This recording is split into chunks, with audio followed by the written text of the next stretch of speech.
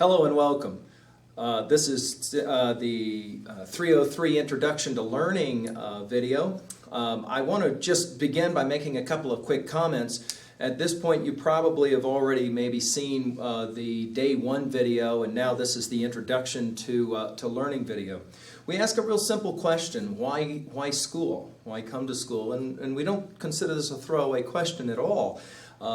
Most of the time students will report that the reason they enjoy school is for the social elements. Teachers will report that the reason students should come to school is for some kind of possible future and credentialing, get a job, that kind of thing. Of course, learning how to be a citizen is as well part of why often we teachers think school is important. But in 303, what we're going to do is we're maybe going to bring the two of those ideas together, and we're going to say fundamentally the focus of our time together in room 303 is learning. And we're going to have a very particular way that we're going to define learning. We're going to say that learning is not simply memorizing a bunch of information and then being able to just kind of spit it out on an exam and then quickly forget about it. Rather, we're going to say that learning is the ability to connect or to relate new information to old information. I'll put this on the whiteboard. We're going to, again, be able to relate, to connect new information to stuff that we already know, old information. Another way to think about this is anytime you're learning new concepts and you're able to say about the new concept, oh, I get it, that's kind of like this other thing I already know how to do. That is what we will mean when we talk about learning. Another way to say this is learning is the ability to use information in meaningful ways. Okay? And the idea here is that what we do is then we'll try to look at what we would consider our old knowledge, and then we want to think about ways to kind of grow that. I had a student who was a ball player, and she said she had a word picture that kind of worked, and I'll share it with you. She said, I kind of think about everything I know in mathematics as a basketball hoop. And I said, okay, I get that. And then she said, the new information that they're trying to share with me in my math class this semester is the basketball that gets shot through the hoop. And I said, I like that. That's a word picture that I can use and I'll share with students. And she said, but I think I understand my problems in calculus. And I said, really? What is it? And she said, well, basically, I'm being asked to shoot a beach ball of information through a Nerf hoop. Those little tiny hoops that you kind of hide behind your door and you dunk over on each other over? She said, that's my problem. And I said, what's the solution given the word picture? And she said, I think this semester what I've got to do is I've got to begin to just try to grow my hoop of old knowledge just a little bit to try to accommodate to the new stuff they're trying to shoot through my hoop. Makes a lot of sense. For those of us, for example, who never really did very well in third grade mathematics with fractions, guess what? We probably struggled a little bit with algebra down the line a few years later. So the challenge for us in 303 is to look at our state standards of reading and writing and to ask, how can I use my reading to learn? How can I use my writing to learn? The challenge, of course, for us is that we have to accept that we have weaknesses, learning weaknesses, academic weaknesses. For example, students will sometimes come into my room and tell me, Mr. McGee, I hate to read. And I will say, great, here's a book. And they will say, no, you don't understand. I really hate to read. And I will say, okay, well then here's 2 books for you. And they will say, did you not hear what I was saying? Reminds me of a colleague of mine who was married and working in a very prestigious PhD doctoral program in microbiology. And one morning he was shaving and his wife pointed out that he had something on his neck and a bump. And he said, I'll go in and look at it later. A few weeks later he pointed it out again by his wife. He went in. The doctor immediately told this gentleman, you need to put all of your activities for today on hold. We've got to run tests. And then later in the day when she came back into the room, she told him that he had cancer in his neck. My friend's kind of a joker, and he said, I was sitting there kind of devastated, and then he said the doctor kind of played a joke on me to the degree that she asked, would you like to take that out? He was like, what, are you kidding me? Of course. I mean, What, like been in one of those movies where you know you're gonna die in like 2 months, and no, leave it in. I want to know what that experience is like. Of course, he said, I want to take it out. She said, well, here's the thing. It's no small operation. You're gonna have to sign papers. You might lose your voice. And you may not live. He said he never knew fear until he had signed those papers, and he was going down that hall on that gurney, looking up at those lights, holding on to his wife's hand, realizing that there were 8 hours of surgery that's going to have to be done on his neck. He ultimately ends up being okay, and yet, you know, when he told me this word picture, I said, you know, this reminds me a lot of Room 303, because every year I have students that will come into my room and they have this thing in their neck. For some of them it is reading. I hate to read. For some of us it's writing. For some of us it's organization. We show up, we don't have our stuff with us. You know, I had a student came in, he said, I'm doing terrible in math, I need your help. And I said, well, show me last night's homework. And he grabbed his book and he turned it upside down and started shaking it back and forth, and papers all started falling out on the floor. And halfway through this process, he looked up sheepishly at me and said, this may explain why I have a D- in math, huh? And I said, yeah, right. For some of us, it is organization, it's procrastination, it's a will to want to study. For whatever it is for us, we have this thing in our neck.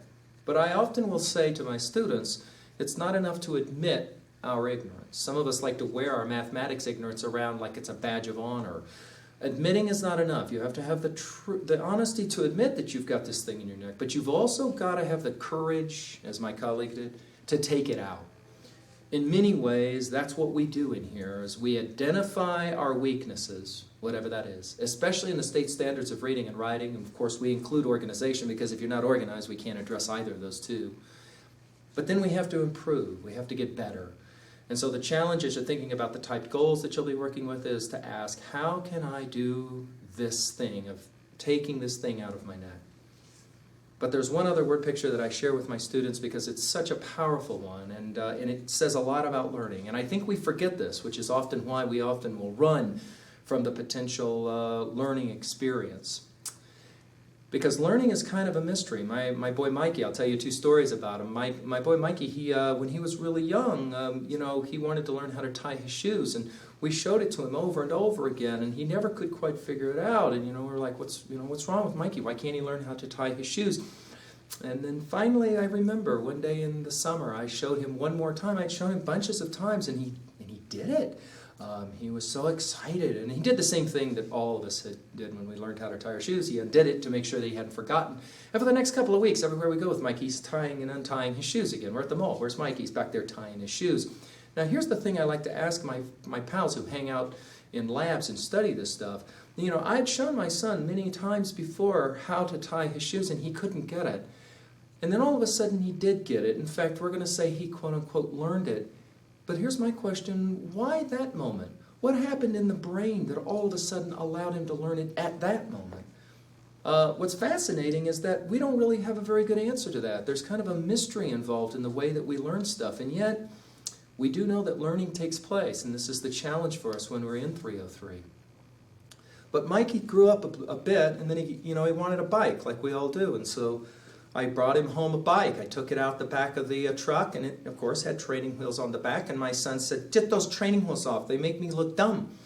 I said, "Son, this is the way you learn how to ride a bike. Get on the bike." And, of course, he got onto the bike, and he started to fall. And, of course, he grabbed hold tighter. Why we grab hold tighter when we get ready to fall, I don't know.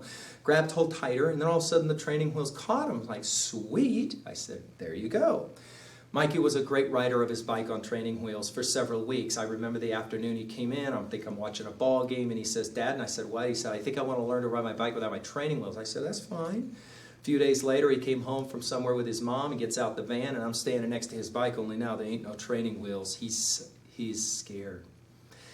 I don't think today is a very good day to learn how to do this. I'm like, "What, are you kidding me? Come on, we got video camera. Mom's going to videotape. This is going to be great." And he said, "No, I'm worried." See, Mikey's afraid. Well, why is he afraid? I asked him, why are you afraid? He said, "I'm afraid I'm going to fall and it's going to hurt." And I said, "Oh, son, you have no idea. You're about to get on this bike without training wheels. You're going to go and you're going to ride and you're going to fall down and it's going to hurt. It's going to hurt bad. Let's go." See, I think we forget this about learning experiences. We somehow forget from our very early youth that all learning environments involve fear and pain. They just do. And so there we are out on the out on the road, Mikey holding on to his bike, me, holding onto the handlebars, holding onto to the seat. I'm whispering to him, "You're going to do fine, you're going to do fine." Then I say to Mike, he goes, "What?" I say, "Mikey, dude, I'm not going to push all the way around the block. You're going to have to, you're going to have to pedal." He's so afraid he can't even pedal. So you know how you do this thing, right? You're talking to him as you're pushing him, and off he goes, And all of a sudden he's doing it, and I let go. He's like, "Yes, he's doing it." Mikey's riding his bike. It's incredible. You know butt's coming. Now, let me get something straight here really, really quickly. Mikey knew the curb was there. He had seen it before. Mikey also knew how to use his brakes, rotate backwards, stop. He saw the curb coming, he hits it. Hard jack, over the handlebars, onto the cement. Oh, it was brutal. I come running up, I'm like all jazzed. "Yay, Mikey, you did it, awesome, nice job." Mikey is so upset. Now what's interesting is he's not upset at the city engineer for putting the curb there. He's not upset at himself for forgetting how to rotate his pedals backwards and use his brakes. He's mad at me. I think it was something like, "Stupid jerk dad," he said to me. When I invited him to get back on the bike, he goes inside, he's upset. A couple of days later, he's ready to try it again. Guys, this is how we all learned how to ride a bike, or most of us anyway. The key in learning is to accept that there will be fear and there will be pain. And in the school setting, you're going to try something and it's going to hurt when you fall, and the instructor's going to come running up and say to you, "Hey, that was awesome that you tried, now let's try it again." And the instructor understands this is part of the gig. We totally get it as teachers that the student isn't going to blame himself or herself for a poor performance on an exam, didn't study well enough, etc. Instead, usually the student's going to be mad at the teacher, and teachers kind of understand this, and they're kind of hardwired to accept it. I will say this, though, in conclusion. You've really grown as a person when you don't need an adult to take your training wheels off, when you can do it for yourself.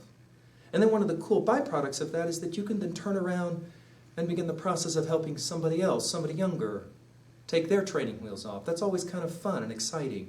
Those of us who have done any coaching of young kids, for example, know how much fun it is to turn around and to begin to teach the next generation. I want to welcome you to Room 303 and to the learning experience of Room 303. I want us to understand that we're all kind of in this together. My colleague who I said had cancer in his throat said, he had to do training or a treatment in a cancer ward. And he walked in, and a woman who he didn't even know walked up to him and said, "Where's yours at?" And at first he thought, what a strange question. And then he realized he was in a cancer ward where everyone has cancer. On the outside he had to pretend like, he didn't have cancer or he didn't want to talk about it. But now he was in a cancer ward where everyone has cancer. "Mine's here," and she said, "Mine's here." And I thought, in some ways 303 is kind of like this. We're all here with stuff in our neck. We all have academic weaknesses. Nobody gets to pretend like there's no weaknesses that he or she has. And then we're all kind of in this together to try to help each other improve and grow in our learning. I wish you the best of luck in this semester and year of study in Room 303 as you try to increase the size of your hoop and as you try to take that thing in your neck just a little bit out. Thank you.